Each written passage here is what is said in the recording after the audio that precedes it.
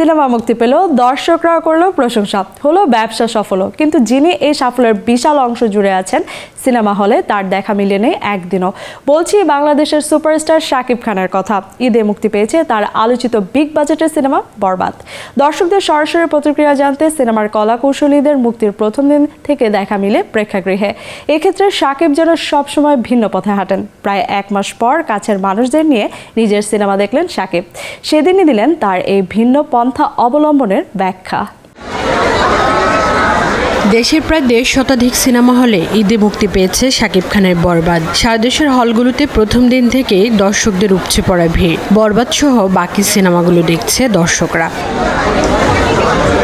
Cinema খুব আলোচনায় কিংবা ব্যবসা সফল তকমা পেলেও আরিয়ান মির্জার দেখা মেলেনি প্রেক্ষাগৃহে। অবশেষে সিনেমা মুক্তির 23তম দিনে নিজের কাছের মানুষদের নিয়ে প্রেক্ষাগৃহে হাজির তিনি। আর প্রথমে জানালেন বরবাদ নিয়ে নিজের প্রতিক্রিয়া। এদিন উপস্থিত ছিলেন নির্মাতা, প্রযোজকও। অনেকেই হয়তো ভাবছেন যে বরবাদ হচ্ছে লাস্ট ফিল্ম, যেটা হচ্ছে 100 কোটিতে গিয়ে পৌঁছবে।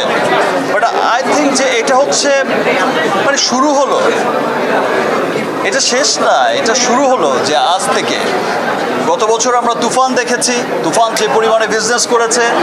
এবছর আমরা বরবাদ দেখছি, তার চাইতেও আরও ভালো বিজনেস করছে। আগামীতেও যে সিনেমাগুলো আসবে ইনশাআল্লাহ, সেই সিনেমাগুলো তার চাইতেও আরও অনেক বড় বিজনেস করবে। শুধু 100 কোটি না, 100 কোটি বেশিও করবে বরবাদ। বরবাদ পুরো দুনিয়াতে বরবাদ করে দিচ্ছে সব কিছুতে। আপনারা ইউএসএ দেখেন, ইটালিতে দেখেন, সামনে আরও অনেকগুলো কান্ট্রিতে রিলিজ হচ্ছে। আপনারা চোখ রাখুন, আপনারা দেখলেই বুঝতে পারবেন যে বরবাদ আসলে কী করছে। আমাদের বিশ্বাস ছিল দেখি, ভাইয়া বিশ্বাস করছে, আমাদের প্রডিউসার ম্যাম বিশ্বাস করছে। সবার বিশ্বাস না থাকলে গল্পটার উপরে এবং সব কিছুর উপর বিশ্বাস না থাকতো তো এই পর্যন্ত আমরা আসতে পারতাম না। প্রথমবার শাকিব খানকে দেখে উপস্থিত অনেক ভক্তই উচ্ছ্বাস প্রকাশ করেন। এদিন ভক্তদের খুশি করতেও ভুলেননি তিনি।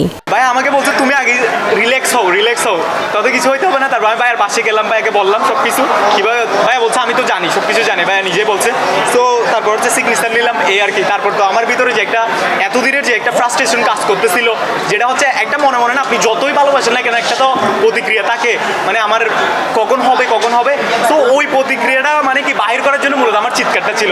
বিশেষ প্রদর্শনীতে আমন্ত্রিত অতিথিরাও জানান তাদের মুগ্ধতার কথা। বাংলাদেশের সৌভাগ্য যে শাকিব খান বাংলাদেশে জন্ম নিচ্ছে। ওনার স্টাইল, ওনার এখন যে অবস্থায় উনি আছেন, আমার মনে হয় ওয়ার্ল্ডের ভিতর সবথেকে সুদর্শন নায়ক হচ্ছে শাকিব ভাই। এবং ওনার যে লুক, মানে জাস্ট মাইন্ড ব্লোয়িং। এটা আর কি আমার সেকেন্ড টাইম। আগে গোলই করেছিলাম, সেখানেও ছোট শাকিব খান, এখানেও ছোট শাকিব খান। সো এক্সপিরিয়েন্সটা বরাবরই ভালো।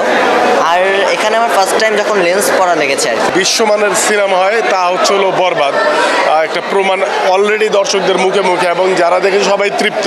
দর্শক যদি হলে রানিং না থাকে, মানে চর্চা না থাকে, তাহলে যত ভালো সিনেমা বানানো না কেন আপনি থাকবে না। সকল ক্ষমতার উৎস তো আসলে দর্শকই।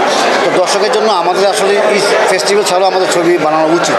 সেই দিকটা আমি চেষ্টা করবো যেন আমি পরবর্তী সময়ে কাজ করতে পারি। ওনার যা লুক, যা ওনার স্টাইল, যা আদা, এটা মানে বলিউড হলিউডকে সঙ্গে টেক্কা দেওয়ার মতো এখন হয়ে গেছে। আপনারা নিজেরা দেখলেও বুঝতে পারবেন।